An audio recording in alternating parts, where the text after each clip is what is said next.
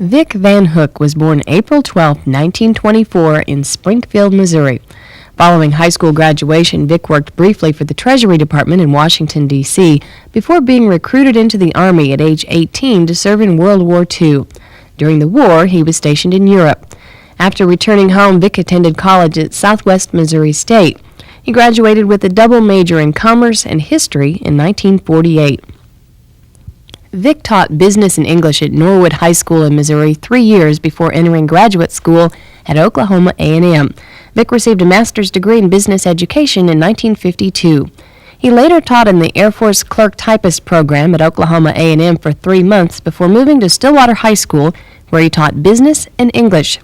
4 years later, Vic became a field representative for McGraw-Hill Books. His territory was the 4-state area of Oklahoma, Kansas, Arkansas, and New Mexico. In 1964, Vic joined the Oklahoma Department of Vocational and Technical Education as a traveling auditor in the Manpower Division.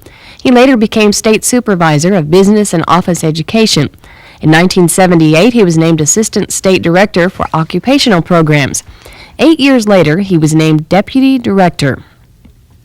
Vic served as Special Assistant to the Associate Commissioner of the Bureau of Adult Vocational and Technical Education in Washington, D.C., and worked with the American Vocational Association from 1974 to 75 on legislation to improve the Vocational Education Act of 1963.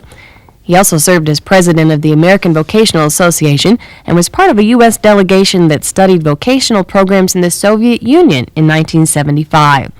Vic retired from the Oklahoma Department of Votech in 1988. He also retired as a colonel in the Army National Guard after serving more than 30 years. He currently lives in Stillwater and enjoys traveling throughout the United States and Europe.